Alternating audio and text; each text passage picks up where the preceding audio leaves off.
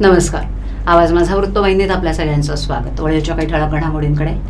साथीच्या आजारांनी नागरिक त्रस्त, प्रताप सरनाईक यांच्या संकल्पनेतून खाडी किनाऱ्याचा विकास आणि शहरातील मंजूर झालेल्या सीसीटीव्ही नजरेची अद्यापही प्रतीक्षाच.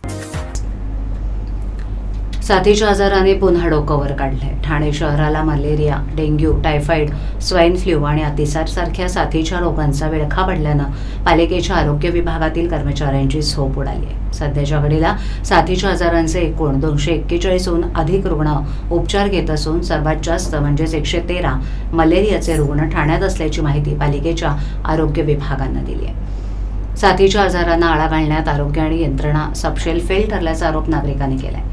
परतीच्या पावसानं धुमाकूळ घालण्यास सुरुवात केली असतानाच सतत पडत असलेल्या पावसानं जागोजागी पाणी साचतंय. त्यामुळे डासांची उत्पत्ती मोठ्या प्रमाणावर होत असल्यानं मलेरिया, डेंग्यू, टायफॉइडच्या तापानं ठाणेकर फणफणले असून हॉस्पिटल आणि रक्तचाचणी केंद्र फुल झाली आहेत. सद्यस्थितीत जोरदार पाऊस असल्यानं पुढचे 15 दिवस महत्त्वाचे असून संपूर्ण सप्टेंबर महिन्यापर्यंत आरोग्य यंत्रणा पूर्ण क्षमतेनं कार्यरत राहील. त्या दृष्टीनं सर्व आरोग्य अधिकाऱ्यांनी सतर्क राहण्याचे निर्देश पालिकेच्या वरिष्ठ अधिकाऱ्यांनी आरोग्य विभागातील डॉक्टर्स आणि कर्मचाऱ्यांना दिलेत.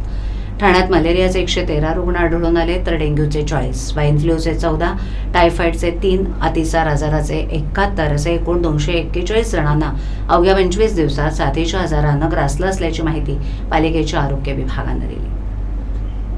ठाणे महापालिका क्षेत्रातील गायमुख तिसरा टप्पा ते नागला बंदर खाडी किनारा विकसित करून आरमाराची प्रतिकृती उभारण्याचं काम लवकरच म्हणजे पुढील महिन्यापासून सुरू होणार आहे. या कामाची निविदा प्रक्रिया पूर्ण झाली असून ठेकेदाराला वर्क ऑर्डर देण्याची प्रक्रियाही पूर्ण झाली आहे. पुढील महिन्यापासून प्रत्यक्षात जागेवर कामाला सुरुवात होईल अशी माहिती आमदार प्रताप सरनाईक यांनी दिली. या ठिकाणी वॉटरफ्रंट डेव्हलपमेंट म्हणजेच खाडी किनाऱ्याचा सुनियोजित आकर्षक पद्धतीनं विकास होणार आहे. या कामासाठी 150 कोटीच्या निधीला राज्य सरकारनं आधीच मंजुरी दिली होती.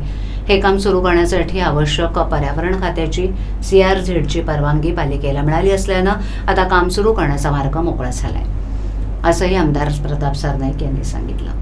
ठाणे शहराला लाभलेल्या खाडी किनाऱ्याचा सुनियोजित पद्धतीनं विकास झाल्यास स्थानिकांना 4 निवांत क्षण घालवण्यासाठी हक्काची जागा मिळेल.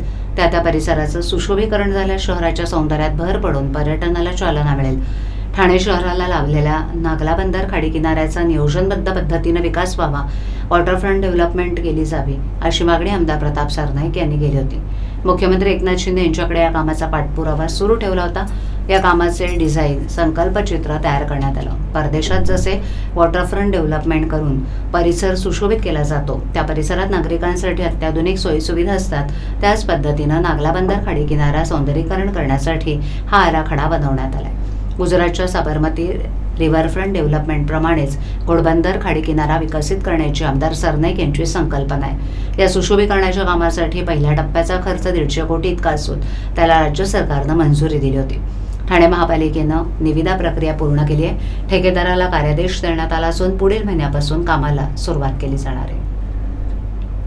ठाणे, भिवंडी, उल्हासनगर ते बदलापूर या शहरात 6000हून अधिक अत्याधुनिक सीसीटीव्ही कॅमेरे बसवण्याच्या प्रस्तावाला राज्य शासनानं मंजुरी दिली असली तरीही या कामाला अद्यापही सुरुवात झालेली नाही. त्यामुळे शहरावर सीसीटीव्हीच्या नजरेची अद्यापही प्रतीक्षाच करावी लागणार आहे. येत्या काही दिवसात विधानसभा निवडणुकांची आचारसंहिता लागण्याची शक्यता आहे. त्यामुळे हा प्रकल्प मागे पडेल का अशी शंका व्यक्त केली जाते.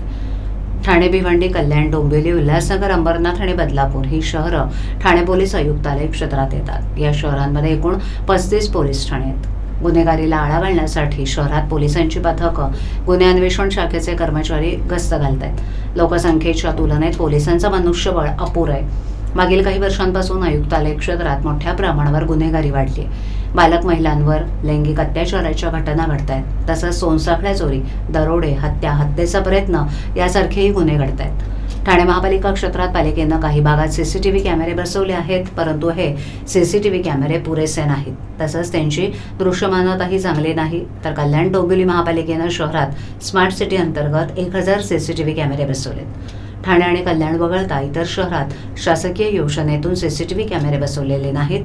त्यामुळे या ठिकाणी गुन्हेगारीला पायबंद घालताना पोलिसांना अडचणींचा सामना करावा लागतोय. महाराष्ट्रातील होतकरू शेतकऱ्यांसाठी एक महत्त्वाकांक्षी व्यावसायिक प्रशिक्षण कार्यक्रम आयोजित करण्यात आला आहे. Green Gold Rotary multi district vocational training programme या नावानं हा कार्यक्रम बारामती येथील कृषी विज्ञान केंद्रात होणार आहे। या कार्यक्रमाचा उद्देश शेतकऱ्यांना नवीन तंत्रज्ञान आणि कृषीविषयक अद्ययावत माहिती पुरवून त्यांची आर्थिक स्थिती सुधारण्यासाठी मदत करणं हा आहे। या कार्यक्रमासाठी माजी रोटरी इंटरनॅशनल डायरेक्टर आणि माजी rotary foundation trustee Ashok Mahajan तसंच महाराष्ट्राचे कृषी मंत्री दादा भुसे प्रमुख पाहुणे म्हणून उपस्थित राहणार आहेत। कार्यक्रमाचं आयोजन महाराष्ट्रातील 7 रोटरी डिस्ट्रिक्टमधील क्लब्सच्या सहकार्यानं करण्यात येणार आहे। त्यामध्ये प्रोजेक्ट अंकुर हे नाव देण्यात आले। याआधी कोविड काळात रोटरी क्लबनं संभाजीनगर इथे कोविड बाधित शेतकऱ्यांच्या कुटुंबांना शेती साहित्य आणि बियाणांचं वाटप केलं होतं आणि हा उपक्रम अत्यंत यशस्वी ठरला होता। ग्रीन गोल्ड कार्यक्रमाच्या माध्यमातून महाराष्ट्रातील 100 होतकरू शेतकऱ्यांना व्यावसायिक प्रशिक्षण दिलं जाणार आहे। या कार्यक्रमासाठी महाराष्ट्रातील 7 रोटरी डिस्ट्रिक्ट्समधील शेतकरी आणि रोटरियन्स एकत्र आलेत। या कार्यक्रमाचं उद्घाटन विधान परिषदेच्या सभापती डॉक्टर नीलम देगोरे यांच्या हस्ते होणार आहे। कार्यक्रमाचा समारोप 8 ऑक्टोबर रोजी दुपारी 4 वाजता होईल। रोटरीच्या या उपक्रमाला राज्यातील अनेक प्रतिष्ठित व्यक्तींचं सहकार्य मिळालंय। या प्रशिक्षणातून शेतकऱ्यांना आधुनिक शेती तंत्रज्ञान आणि कृषीविषयक माहिती दिली जाणार असून त्यामुळे त्यांची शेती अधिक प्रगत आणि फायदेशीर होण्याची अपेक्षा आहे। रोटरीचा पुढील उद्देश हार्वेस्ट टू कार्यक्रमाचं आयोजन असून इस्रायलमधील रोटरी क्लब्सच्या सहकार्यानं हा कार्यक्रम होणार आहे। भिवंडीत गणेश विसर्जनादरम्यान दगडफेक करून गणेश मूर्तींची विटंबना करत हिंदूंच्या धार्मिक भावनांचा अनादर करणाऱ्यांवर कारवाई करण्याऐवजी पोलिसांकडून हिंदू समुदायावरच गुन्हे दाखल करण्यात आल्याच्या निषेधार्थ हिंदुत्ववादी संघटना आणि साधू संत संतप्त झालेत। याच पार्श्वभूमीवर विश्व हिंदू परिषद बजरंग दलाच्या नेतृत्वाखाली साधू संतांनी ठाण्याचे पोलीस आयुक्त आशुतोष टोमरे यांना निवेदन दिले। तसंच 8 दिवसात गणेश भक्तांवरील गुन्हे मागे न घेतल्यास भारतभरातील साधू संतांसह लाखो हिंदुत्ववादी भिवंडीत रस्त्यावर उतरण्याचा इशारा दिलाय। अनंत चतुर्दशीच्या दिवशी भिवंडीतील निजामपुरा पोलीस ठाण्याच्या हद्दीतील वंजारपट्टी नाका इथे गणेश विसर्जनाच्या मिरवणुकीच्या वेळेला काही धर्मांध मुस्लिमांनी दगडफेक करून श्री गणेश मूर्तींची विटंबना केली होती।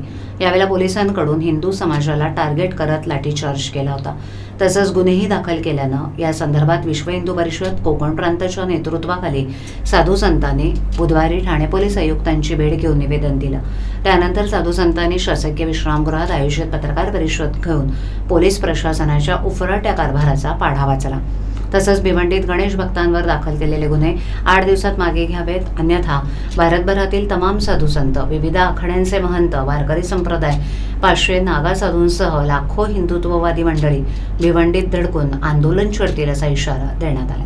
और ऊपर से हिंदू कार्यकर्ता पर आप मामले दर्ज कर रहे हैं और देश विरोधी जो नारे देते हैं, जो पथराव करते हैं, ये प्रशासन को भी पता है कौन पथराव करता है, कौन देश विरोधी नारे देते हैं। और इसलिए उन लोगों पर कड़ी से कड़ी कार्रवाई होनी चाहिए, सजा होनी चाहिए। और 8-10 दिन का समय दिया है हमने।